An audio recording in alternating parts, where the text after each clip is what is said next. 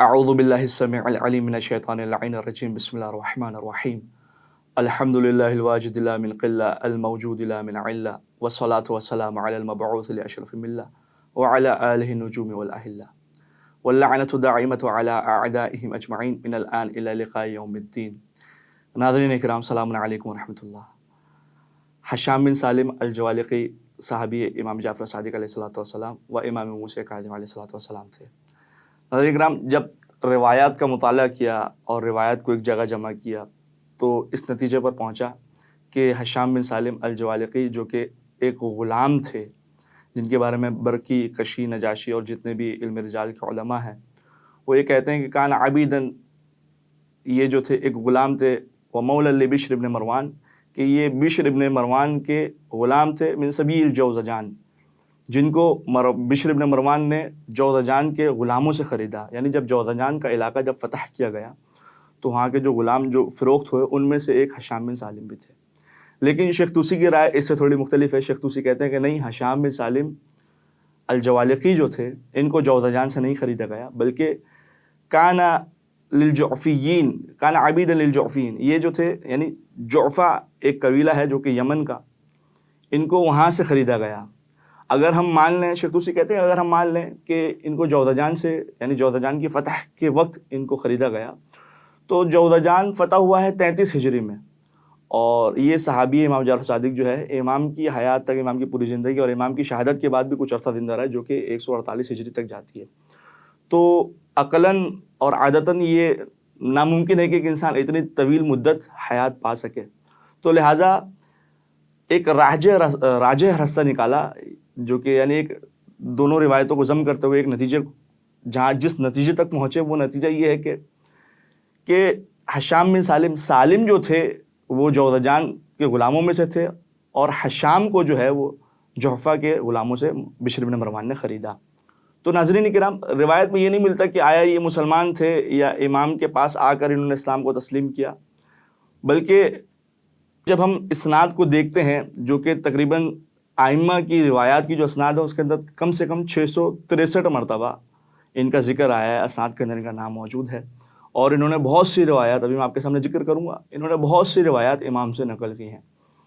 تو مگر یہ اسناد جو یہ روایات ذکر کرتے تھے اس کو اگر ہم ایک دفعہ دیکھیں کہ حشام نے اپنے باپ سالم سے روایت کو نقل کیا، اور سالم نے ابو حمزہ شمالی سے، اور ابو حمزہ شمالی نے علی بن ابی طالب سے، تو اس اسناد کو دیکھ کر یہ پتہ چلتا ہے کہ یہ شروع سے مولا متقیان علی بن ابی طالب کے ولایت کے حامی و ناصر تھے، اور یہ ولایت کے پیروکار تھے۔ تو ناظرین کرام، اگر مان لیا جائے کہ یہ حشام بن سالم بشر بن مروان کے غلام تھے، بشر بن مروان وہ کہ جس کا متوفہ جو ہے وہ 75 ہجری کے اندر ہے، تو اگر یہ مان لیا جائے کہ یہ ان کے غلام تھے تو یہ بات بھی ماننی پڑے گی کہ حشام بن سالم نے 2 امام کے زمانوں کو نہیں بلکہ 4 اماموں کے زمانوں کو درک کیا، امام زین العابدین، امام محمد باقر علیہ السلام، امام جعفر صادق علیہ السلام اور امام موسیٰ کاظم علیہ السلام، یعنی ان چاروں ائمہ کے زمانوں کو درک کیا۔ لیکن جب روایت کا مطالعہ کیا تو فقط 2 روایات، جس میں سے ایک روایت حشام بن سالم نے امام زین العابدین سے نقل کی، اور دوسری روایت حشام بن سالم نے امام محمد باقر علیہ السلام سے نقل کی۔ امام سجاد سے جو روایت نقل کی وہ یہ ہے کہ ایک مرتبہ ام ولد یعنی امام کی ایک زوجہ نے امام کو عنب یعنی انگور پیش کیے، پھر امام نے وہی انگور فقیر کو دے دیے، سائل کو دے دیے، پھر ام ولد نے دوبارہ سے جا کے سائل سے انگور خریدے اور پھر وہ دوبارہ سے، اس طریقے سے امام کی مدح کے اندر ایک روایت، اور اسی طریقے سے 5ویں امام محمد باقر کی شان کے اندر بھی ایک روایت نقل کی۔ تو اب سوال یہ پیدا ہوتا ہے کہ جب یہ 4 ائمہ کے معاصر رہے تو فقط 2 روایات، ایک امام زین العابدین سے اور ایک روایت امام محمد باقر سے نقل کیوں کی؟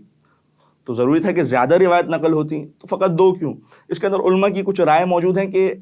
آیا ممکن ہے کہ یہ تقیہ کی بنا پر ہو کہ حشام بن سالم کو اتنا وقت نہیں ملا کہ وہ امام کی صحبت کے اندر بیٹھتے اور ان سے قول و اقوال کو نقل کرتے۔ دوسری رائے وہ یہ ہے کہ حشام بن سالم اور حشام بن حکم کے اندر علماء نے اور مورخین نے خلط کر دیا، کیونکہ ملتا یہ ہے کہ حشام بن حکم جو تھے جب امام جعفر صادق کی بارگاہ کے اندر آئے اور امام کی صحبت اختیار کی تو اس وقت ان کی ریش یعنی داڑھی مبارک جو تھی وہ صحیح کامل طور پہ ابھی تک نکلی نہیں تھی، اور حشام بن سالم کے بارے میں ملتا ہے کہ وہ اس دوران بچے تھے۔ تو ناظرین کرام، اس نتیجے پر پہنچے کہ یہ 2 امام کے زمانے کو درک کر چکے، اور راجح قول یہ ہے کہ یہ ہشام بن سالم الجوالقی جو تھے انہوں نے 2 امام کے زمانوں کو درک کیا اور یہ حالت تقیہ میں رہے اپنی زندگی کے اندر۔ وہ اس طریقے سے کہ ایک روایت موجود ہے کہ ہشام بن سالم الجوالقی نے زرارہ سے سوال کیا کہ اے زرارہ، تم امام جعفر صادق سے پوچھو کہ آیا عمل السلطان، یعنی ایک سلطان کے یہاں کام کرنا، ایک بادشاہ کے یہاں کام کرنا آیا جائز ہے یا ناجائز ہے، آیا کوئی کر سکتا ہے یا نہیں کر سکتا؟ تو زرارہ نے امام جعفر صادق سے پوچھا، پھر امام جعفر صادق نے کہا لا باس، کہ اس کے اندر کوئی حرج نہیں، کر سکتا ہے۔ تو اس سے پتہ چلتا ہے کہ یہ حالت تقیہ میں تھے اور شروع سے اسلام کے پیروکار تھے اور ولایت علی بن ابی طالب کے پیروکار تھے۔ تو اب سوال یہ پیدا ہوتا ہے کہ جوالقی لقب اور اسی طریقے سے ان کے لیے علاف جو لفظ استعمال ہوتا ہے یہ کس طرح سے آیا؟ تو ملتا ہے کہ اول امر یعنی ابتداء امر کے اندر ہشام بن سالم جوالق کا کام کرتے رہے۔ جوالق بولتے ہیں ایک طریقے سے قدور الطعام، یعنی ایک بورے ٹائپ کا ایک کپڑا ہوتا ہے، اس کو یہ سیا کرتے تھے، اس کو یہ بنایا کرتے تھے، کہ جس کی وجہ سے جوالقی ان کے نام کے ساتھ لگ گیا۔ اور اسی طریقے سے انہوں نے پھر علاف کا کام کیا، یعنی دوسرے کے جو جانور ہوتے تھے ان کو چرانا، ان کے لیے چارے کو جمع کر کے بیچنا، اس وجہ سے ان کے نام کے ساتھ علاف لگ گیا۔ تو اتنے بڑے صحابی امام جعفر صادق اور جن کی مدح کے اندر خود امام الفاظ اپنے ادا کریں، تو اس کا مطلب یہ کہ اس کا ایک مقام اور ایک مرتبہ ہے، اور یہ مقام مرتبہ اس وجہ سے زیادہ ہے کیونکہ انہوں نے پرچار کیا ہے ولایت کا، انہوں نے ائمہ کی امامت کو لوگوں تک پہنچایا۔ اگر ہم ان کی تالیفات کی طرف نظر کریں تو ان کی بہت سی تالیفات موجود ہیں جو کہ معراج کے موضوع پر موجود ہے، امامت و نبوت کے موضوع پر موجود ہے، تفسیر کے موضوع پر موجود ہے، اور اہم مسائل کی روایات جو ہیں وہ انہوں نے ائمہ سے نقل کی ہے۔ مثال کے طور پر اگر دیکھا جائے جبر و اختیار کے موضوع کے اوپر اور قضاء و قدر کے موضوع کے اوپر، طہارت و نجاست، صلاۃ، صیام، زکوٰۃ، ان تمام موضوعات کے اوپر ان کی روایات موجود ہے، اور یہاں تک کہ دقیق موضوع جو ہیں جیسے کہ حق اللہ علی الخلائق کے پروردگار کا کیا حق ہے مخلوقات کے اوپر، اسی طریقے سے حزن یعقوب علی یوسف کہ یعقوب کا غم یوسف کے بارے میں کتنا تھا اور کس طریقے سے، اس طریقے کی روایت موجود ہیں۔ اسی طریقے سے ایک دقیق موضوع کہ آیا امام حسن افضل ہیں امام حسین سے، امام حسین افضل ہے امام حسن سے۔ اسی طرح سے امام مہدی کے بارے میں جو انہوں نے سوالات ائمہ سے پوچھے، دریافت کیے، وہ تمام روایات کے اندر موجود ہیں، ان کی بہت سی تالیفات موجود ہیں۔ مگر وہی ہوا جس چیز کا ڈر تھا اور جو کچھ ہوتا آیا، وہ یہ کہ ائمہ اہل بیت علیہ السلام کی مدح کے اندر جو شخص روایات نقل کرتا ہے، مورخین اور تاریخ رقم کرنے والے، روایات کو نقل کرنے والوں نے وہی کیا جو انہوں نے اور دوسرے روات کے ساتھ کیا۔ پھر ان کے خلاف سازشیں کی گئیں ہشام بن سالم الجوالقی کے خلاف کہ یہ وہ روایات جو کہ پروردگار کی تجسیم کی قائل تھیں، جو کہ ضعیف ترین من گڑھت روایت کو نسبت دی گئی ہشام بن سالم الجوالقی کی جانب، اور ان کو ایک قبیلے کا سردار مقرر کر دیا گیا کہ یہ جو ہیں قبیلہ جوالقی کے بنانے والے ہیں، جو کہ پروردگار کی تجسیم کا قائل ہے اور پروردگار کے جسم کا قائل ہے، پروردگار کی رؤیت کا قائل ہے۔ اس طرح کی روایت آج بھی موجود ہیں، کیونکہ وجہ یہ تھی کہ اس دوران جو کوئی ائمہ اہل بیت کی روایت کو نقل کرتا تھا اس کو یا تو کاٹ دیا جاتا تھا یا تو پھر اس شخص کو تقیہ کرنا پڑتا تھا، اور یہی وجہ تھی کہ ہشام بن سالم الجوالقی نے اپنی زیادہ تر زندگی جو ہے وہ حالت تقیہ کے اندر گزاری، مگر ہمیشہ ولایت و امامت کا پرچار کیا۔ اور ملتا یہ ہے کہ جب امام جعفر صادق علیہ الصلوۃ والسلام کی شہادت ہو گئی تو لوگ جو تھے بغیر امام کے ہو گئے، اور ظاہر سی بات ہے امام جعفر صادق نے امام موسیٰ کاظم کو لوگوں کے سامنے تو بتایا ہوگا، لیکن حالت تقیہ کا دور تھا، پرآشوب دور تھا، تو جتنے بھی لوگ تھے وہ عبداللہ ابن جعفر افطح کے پاس گئے اور کہا کہ آپ ہمارے امام ہیں، کیونکہ آپ ہمارے امام کے بڑے بیٹے ہیں، عبداللہ ابن جعفر الکبیر کے نام سے، کہ آپ امام کے سب سے بڑے بیٹے ہیں، تو لہٰذا آپ ہی ہمارے امام ہیں۔ لیکن ہشام بن سالم الجوالقی نے کچھ اصحاب کو لیا، اصحاب طاق اور اسی طریقے سے فضیل اور دوسرے صحابی کو لے کر یہ عبداللہ ابن جعفر افطح کے پاس گئے، کہا ٹھیک ہے اگر آپ ہی ہمارے امام ہو تو ہم چاہتے ہیں کہ آپ سے کچھ سوالات کریں، جو سوال ہم آپ کے بابا سے کیا کرتے تھے اب ہم چاہتے ہیں کہ وہ آپ سے سوال کریں تاکہ ہمیں پتہ چلے کہ آپ ہی ہمارے امام ہیں یا کوئی اور ہے۔ تو کہا ہاں سوال کرو۔ تو ہشام بن سالم الجوالقی نے سوال کیے کہ بھائی ہمارا پہلا سوال جو کہ ہم آپ کے بابا سے بھی بارہا پوچھا کرتے تھے وہ یہ ہے کہ 200 کے اوپر زکوٰۃ کتنی آئے گی، یعنی 200 کے اوپر زکوٰۃ کتنی ہے؟ تو عبداللہ افطح نے کہا کہ 5 زکوٰۃ ہے۔ تو پھر پوچھا کہ 100 کے اوپر کتنی ہے؟ کہا 100 کے اوپر 2.5 ہے۔ پھر ہشام بن سالم نے کہا کہ بھائی مرجعہ اس بارے میں کیا کہتے ہیں؟ تو عبداللہ افتح پریشان ہو گئے، کہا مرجعہ، مجھے کیا پتا کہ مرجعہ کیا کہتے ہیں؟ تو جب عبداللہ افتح نے یہ کہا کہ مجھے کیا پتا کہ مرجعہ اس بارے میں کیا کہتے ہیں، ان کی کیا رائے ہیں، تو ہشام بن سالم الجوالی کے تمام صحابیوں کو لے کے چلے گئے، کہا نہیں، یہ ہمارا امام نہیں ہو سکتا، کیونکہ اس کو یہ نہیں پتا کہ وہ اس بارے میں کیا رائے رکھتے ہیں اور وہ اس بارے میں کیا رائے رکھتے ہیں۔ تو یہ بغیر امام کی طرف، یعنی یہ پھر لوگوں کے درمیان میں یہ ہو گیا کہ ہم کس طرف جائیں، ہم قدریہ کی طرف جائیں، مرجعہ کی طرف جائیں، عبداللہ ابن جعفر افتح کو ہم اپنا امام مان لیں، یا پھر کسی اور کی طرف جائیں۔ تو ایسے میں جب لوگ ادھر ادھر جا رہے تھے اور غیروں کو اپنا امام بنا رہے تھے، دوسروں کو اپنا امام بنا رہے تھے، تو ایسے میں ہشام بن سالم اپنے امام کو ڈھونڈ رہے تھے۔ تو ملتا یہ کہ ایک مرتبہ ہشام بن سالم ابو جعفر احول کے ساتھ جا رہے تھے، تو ایک شخص ملا، تو ہشام بن سالم ڈر گئے کہ ہو سکتا ہے کہ یہ جاسوس ہے، یعنی یہ عین ہے جو کہ عباسی خلفاء کی طرف سے چھوڑا گیا ہے ہم پر، کیونکہ ہم امامت کا پرچار کرتے ہیں۔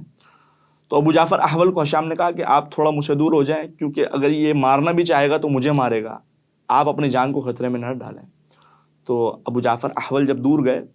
تو ہشام بن سالم ان کے پاس گئے اور ان کا پیچھا کرتے کرتے ایک ایسے مقام پر پہنچے کہ وہ شخص اندر گیا، اور ہشام بن سالم ان کے پیچھے پیچھے گئے تو اندر جا کر دیکھا کہ ایک شخص ممبر پر بیٹھا ہوا ہے، یعنی امام موسیٰ کاظم ہے۔ وہ کہہ رہے ہیں کہ لا الی القدریہ ولا الی المرجعیہ، کہ نہ تم قدریہ کی طرف جاؤ، نہ تم مرجعہ کی طرف جاؤ، نہ تم توابین کی طرف جاؤ، الیہ، یعنی تم ہماری طرف آؤ اور ہم سے پوچھو۔ ہشام بن سالم کہتے ہیں کہ جب میں نے ان کے پاس گیا اور جب میں نے ان سے سوالات کیے تو میں نے ایک ایسا سمندر پایا کہ جس کی کوئی تہہ نہیں تھی، یعنی پتہ چل گیا کہ آپ ہمارے امام ہیں۔ تو پھر میں نے امام موسیٰ کاظم سے سوال کیے، روایت موجود ہے کہ ہشام کہتے ہیں کہ میں نے امام موسیٰ کاظم سے سوالات کیے، جن میں سے ایک سوال یہ کہ آیا آپ کے والد حیات ہیں یا غیبت کے اندر چلے گئے، کیونکہ اس دوران ایک یہ بات بھی چھڑ گئی تھی کہ آخری امام ہیں جو کہ غیبت میں چلے گئے ہیں، ان کو موت نہیں آئی ہے، یہ شہید نہیں ہوئے۔ تو امام نے کہا نہیں، میرے والد بزرگوار شہید ہوئے ہیں اور ان کے بعد میں امام ہوں، تو اب جو کوئی سوال ہے وہ مجھ سے پوچھو۔ تو ہشام بن سالم نے پھر امام موسیٰ کاظم کی تبلیغ شروع کی اور لوگوں کو اصلی امام کی جانب لے کر آئے۔ تو ناظرین کرام، اب دو چیزیں جن کی طرف میں توجہ دلانا چاہتا ہوں، یہ کہ ہشام بن سالم الجوالقی نے جو مقام حاصل کیا ائمہ کی صحبت کے اندر بیٹھ کر،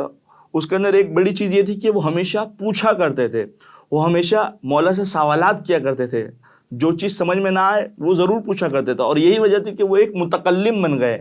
ائمہ کی صحبت کے اندر بیٹھ کر علم کلام کے ایک بڑے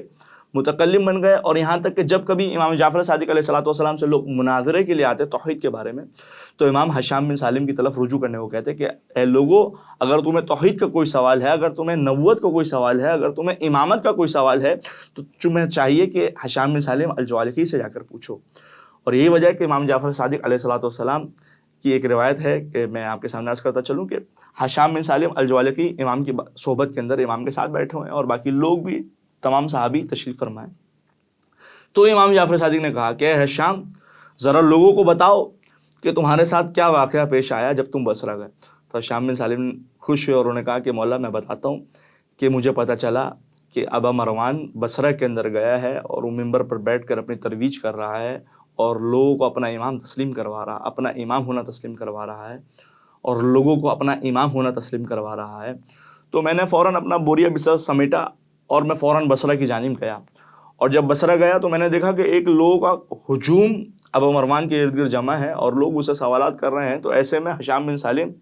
سب سے آگے گئے کہ کہا اے عالم، میرا تجھ سے سوال ہے، تو اگر عالم ہے تو میرے کچھ سوالوں کے جواب دے۔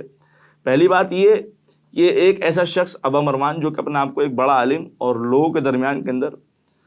ایسے میں اس کو اس طرح سے متوجہ کرنا اپنی جانب کہ اے عالم تو میرے سوال کا جواب دے، میرے کچھ سوالات ہیں۔ اچھا، اگر تم اپنے کچھ سوالات ہیں تو مجھ سے پوچھو، کیا سوال ہے؟ کہا میرا پہلا سوال ہے کہ تیرے پاس آنکھیں ہیں؟ ابا مروان کہتے ہیں کہ ہاں میرے پاس آنکھ ہے۔ کہا کہ آنکھ سے کیا کرتے ہو؟ ابا مروان کہتے ہیں کہ میں اس آنکھ سے دیکھتا ہوں۔ کہا تیرے پاس منہ ہے، اس منہ سے کیا کرتا ہے؟ کہا میں اس منہ سے گفتگو کرتا ہوں، کلام کرتا ہوں، اس منہ سے غذا کو نگلتا ہوں۔ کہا تیرے پاس ناک ہے، اس ناک سے کیا کرتا ہے؟ کہا اس ناک سے میں اچھی خوشبو کو سونگھتا ہوں، ریح کرتا ہوں، یعنی سونگھتا ہوں۔ کہا کان ہے، اس کان سے کیا کرتا ہے؟ کہا میں اس کان سے لوگوں کی گفتگو سنتا ہوں، لوگوں کے کلمات سنتا ہوں۔ کہا اچھا۔ کہا تیرے پاس دل ہے؟ کہا ہاں ہے۔ کہا تو اس دل سے کیا کرتا ہے؟ ابو عمران کہتے ہیں کہ میں اس دل سے